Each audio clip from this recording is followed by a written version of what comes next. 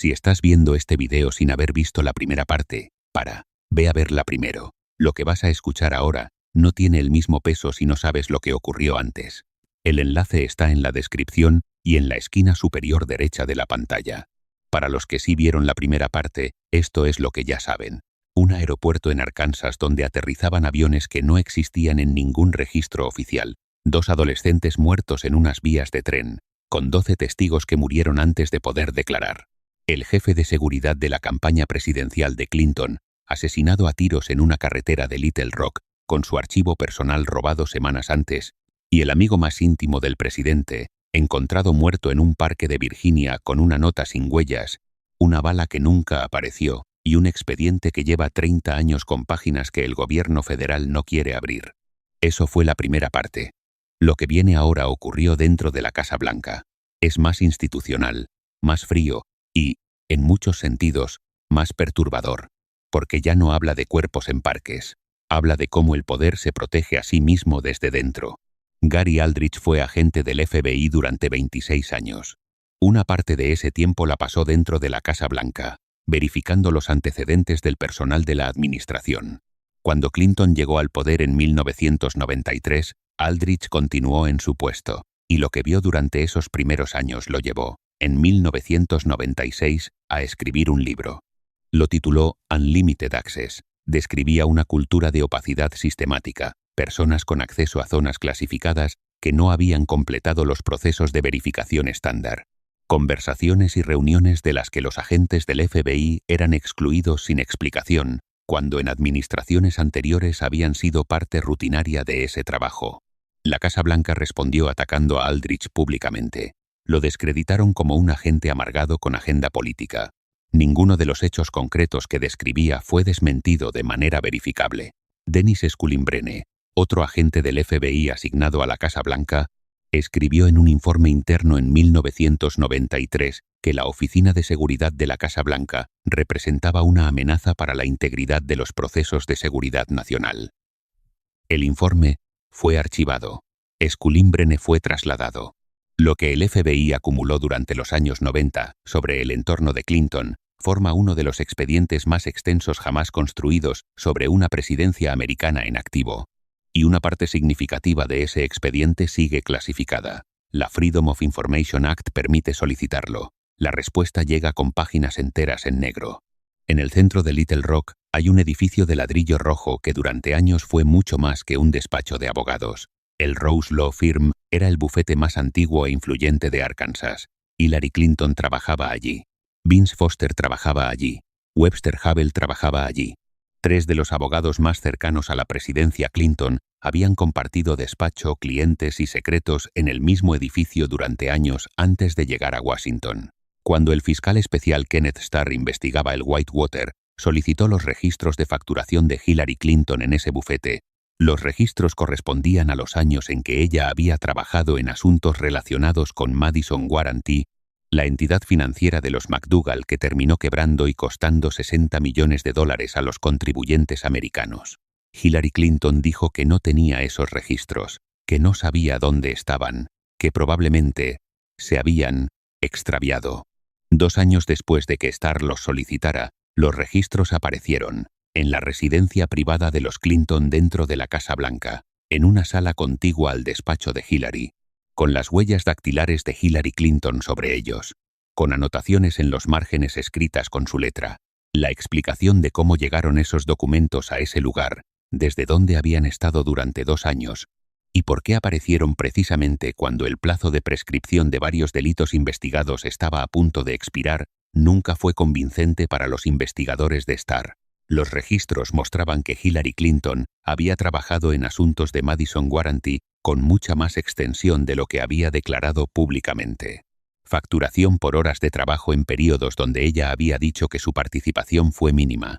Starr no logró construir un caso penal a partir de eso, pero quedó como otro documento que desapareció cuando resultaba inconveniente y reapareció cuando ya era tarde para actuar. Para el otoño de 1997, Kenneth Starr llevaba 3 años investigando el Whitewater. Había obtenido condenas contra varios colaboradores de los Clinton. Había convocado cientos de testimonios ante el gran jurado. Y estaba en el punto más cercano que había estado nunca a producir algo que afectara directamente a Bill o Hillary Clinton.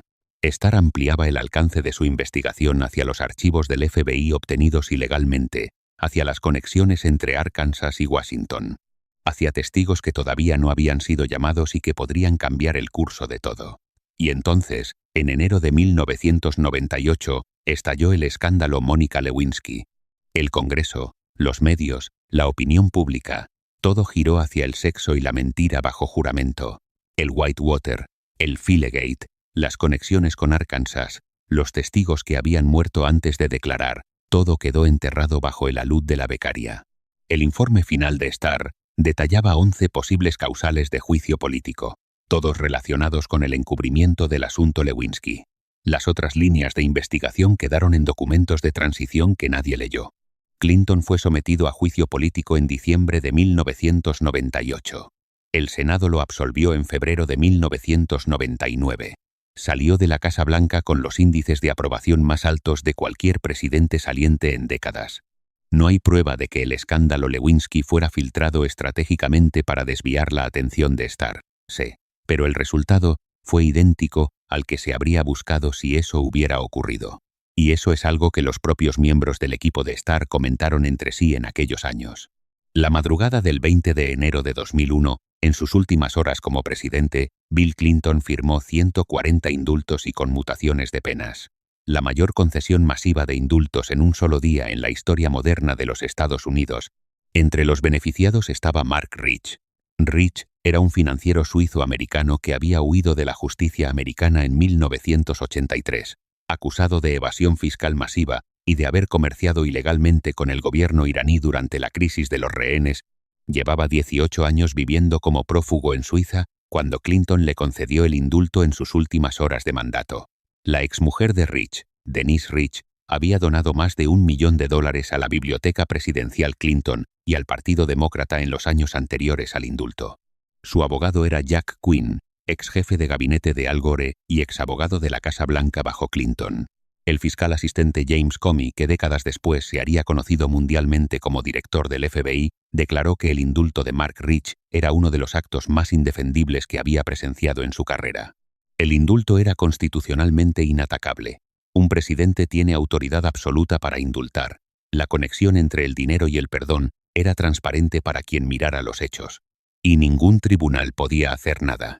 Eso es exactamente lo que define al sistema que Clinton construyó durante 8 años. Operaba en el límite preciso de lo que la ley permitía. Se acercaba a esa línea con una consistencia que no era casual.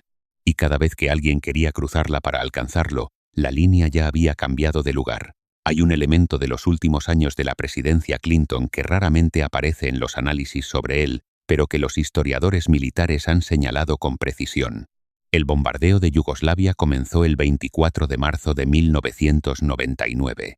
El juicio político de Clinton en el Senado llevaba menos de 2 meses resuelto. Su presidencia era políticamente frágil. Y los asesores de la Casa Blanca sabían que nada consolida a un presidente bajo presión doméstica como una acción militar que pueda presentarse como necesaria y moral. El general Wesley Clark, comandante de la OTAN durante esa operación, escribió en sus memorias sobre las tensiones entre las necesidades militares y las presiones políticas. Los militares pedían más tiempo para preparar la campaña. Las consideraciones políticas pedían acción inmediata. Ganaron las consideraciones políticas. La operación duró 78 días, y durante esos 78 días el impeachment de Clinton desapareció de las portadas americanas. Nadie puede probar que eso fuera la razón, pero el efecto fue exactamente ese. Hay una frase que aparece repetidamente en los testimonios de las personas que investigaron el entorno de Clinton durante los años 90. Una frase seca, técnica, sin dramatismo. La frase es esta: las piezas no encajan de la manera que deberían. Miguel Rodríguez la usó al describir la escena del crimen de Foster. Agentes del FBI que trabajaron en los casos de Arkansas la usaron al describir sus investigaciones. Fiscales del Whitewater la usaron al describir los momentos en que sus investigaciones llegaban al punto crítico y se detenían. Lo que significa esa frase en el lenguaje de los investigadores federales es preciso. La evidencia disponible no produce una conclusión coherente con la narrativa oficial, que hay algo en la imagen que no cuadra. que la historia tal como se cuenta no es completamente compatible con los hechos tal como se conocen. Esa frase aparece en los expedientes del FBI sobre Clinton, con una frecuencia que los analistas que han tenido acceso a ellos describen como inusualmente alta para cualquier administración. Una constatación, escrita con letra federal, sin adornos, que lleva décadas archivada sin respuesta. Hay un elemento de esta historia que no puede ignorarse aunque sea el más difícil de cuantificar, es la lista. A lo largo de los años 90, circuló entre periodistas de investigación, investigadores privados y medios alternativos, una relación de personas que habían estado relacionadas con Clinton, principalmente durante sus años en Arkansas, y que habían muerto en circunstancias que sus familias o investigadores consideraban cuestionables. La lista fue creciendo. Fue atacada como propaganda política. Fue defendida como periodismo de investigación. Fue ignorada por los medios convencionales. Dentro de esa lista hay casos con diferente nivel de documentación y seriedad. La muerte de Vince Foster es la más documentada. El asesinato de Jerry Parks es el más directo. La muerte de James McDougal en prisión, transferido al aislamiento horas antes de morir, tiene elementos que generan preguntas legítimas. La muerte de Ron Brown tiene una controversia forense que ninguna investigación oficial ha respondido. Y hay otros. Ed Willie fue encontrado muerto en un bosque de Virginia en 1993, el mismo día en que su mujer se reunió con Clinton en la Casa Blanca. La muerte fue catalogada como suicidio. El patrón que emerge cuando se miran todos estos casos juntos no apunta a una conspiración perfectamente coordinada. Apunta a algo diferente, y en muchos sentidos más perturbador, un sistema en el que las personas que representaban un riesgo para el poder desaparecían, callaban o morían con una frecuencia que estadísticamente resulta difícil de atribuir solo a la casualidad. Si este análisis te está aportando algo que no encuentras en otros sitios, suscríbete ahora al canal Archivos del Poder y activa la campana. Hay más expedientes como este esperando ser abiertos, y tu suscripción hace posible que sigamos haciéndolo. Carl Bernstein, el periodista que destapó el Watergate junto a Bob Woodward, dijo en una entrevista de 2008 algo que ningún otro periodista de su nivel había dicho tan directamente. Dijo que con los Clinton siempre hay algo más, que cuando llegas a una capa, encuentras que hay otra debajo, y que esa estructura de capas no es accidental, es la manera en que ese mundo funciona. En diciendo, Bernstein no lo dijo como un ataque político, lo dijo como alguien que había pasado décadas intentando entender qué había detrás de la superficie. La superficie es la historia que todos conocen. El chico pobre de Hope, Arkansas, que llegó a la presidencia más poderosa del mundo, el escándalo sexual, el impeachment, la absolución, el discurso de despedida con los índices de aprobación más altos de su carrera. Lo que hay debajo de esa superficie es lo que este expediente lleva décadas intentando articular.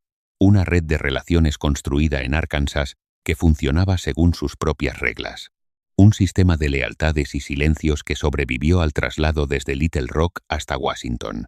Una estructura que hacía que los problemas desaparecieran, que los testigos callaran, que las investigaciones llegaran hasta cierto punto y no más. Hoy, en 2026, muchos de los protagonistas de esta historia han muerto o se han retirado. Kenneth Starr murió en 2022. James McDougal lleva muerto desde 1998. Ron Brown desde 1996. Vince Foster desde 1993. Jerry Parks desde 1993. Los que siguen vivos en su mayoría no hablan. Susan McDougal concede entrevistas ocasionales en las que confirma que hay cosas que no ha contado. Nolanda Hill sigue manteniendo que Ron Brown le dijo que no iba a proteger a nadie. Gary Parks sigue esperando que alguien resuelva el asesinato de su padre. Bill Clinton tiene 79 años. Escribe memorias, da conferencias, es una figura de la historia americana. Los expedientes del FBI sobre su administración siguen existiendo en los archivos federales, algunos parcialmente desclasificados, la mayoría no. La respuesta a las solicitudes de acceso llega con páginas en negro y anotaciones que indican que determinadas secciones no pueden ser divulgadas. El caso de Vince Foster tiene páginas que el gobierno federal lleva 30 años sin querer abrir. Los archivos sobre el aeropuerto de Mena tienen secciones restringidas. Los materiales del Filegate tienen partes no publicadas. Y los documentos sobre la red de Arkansas tienen el nivel de clasificación más alto de todos. Mientras esos archivos permanezcan cerrados, la historia de la presidencia Clinton permanecerá incompleta. Hay preguntas que los propios agentes del FBI pusieron por escrito en sus informes internos y que nunca encontraron respuesta. En el lenguaje jurídico federal eso tiene un nombre preciso. Se llama expediente abierto. Los historiadores que en las próximas décadas accedan a esos archivos encontrarán algo que a veces resulta más difícil de digerir que la prueba de un crimen, la documentación de cuántas personas sabían qué, cuántas eligieron callar por dinero o por miedo, y cuántos investigadores escribieron en sus informes que algo no cuadraba y que nadie consiguió explicar. Esos informes existen, están archivados, y en algún momento saldrán a la luz. La lista de personas que murieron o callaron alrededor del poder de Clinton sigue siendo la misma. Las preguntas que Miguel Rodríguez planteó sobre la muerte de Foster siguen siendo las mismas. La herida en el cráneo de Ron Brown que nadie quiso investigar sigue siendo la misma. El archivo de Jerry Parks que alguien robó antes de matarlo sigue sin aparecer. Y en algún lugar de los archivos del FBI, en una carpeta con un número de caso que lleva décadas sin ser actualizado, están escritas esas preguntas con la letra seca y funcional de los informes federales. Sin dramatismo, solo con la constatación honesta de que había cosas que no cuadraban y que nadie consiguió explicar. Esa es la definición exacta de un expediente que nunca se cierra. Y ese expediente tiene el nombre de Bill Clinton en la portada. Si esta historia te ha hecho pensar, si sientes que hay partes del poder que merecen ser investigadas con rigor y sin concesiones, suscríbete ahora al canal Archivos del Poder y activa la campana de notificaciones. Aquí no encontrarás titulares vacíos, encontrarás exactamente esto, análisis documentados, basados en fuentes verificables, sobre los secretos que el poder preferiría que nunca conocieras. Deja en los comentarios qué parte de esta historia te ha resultado más impactante. El expediente de Clinton no es el único que permanece abierto. Hay muchos más, y los iremos abriendo uno a uno.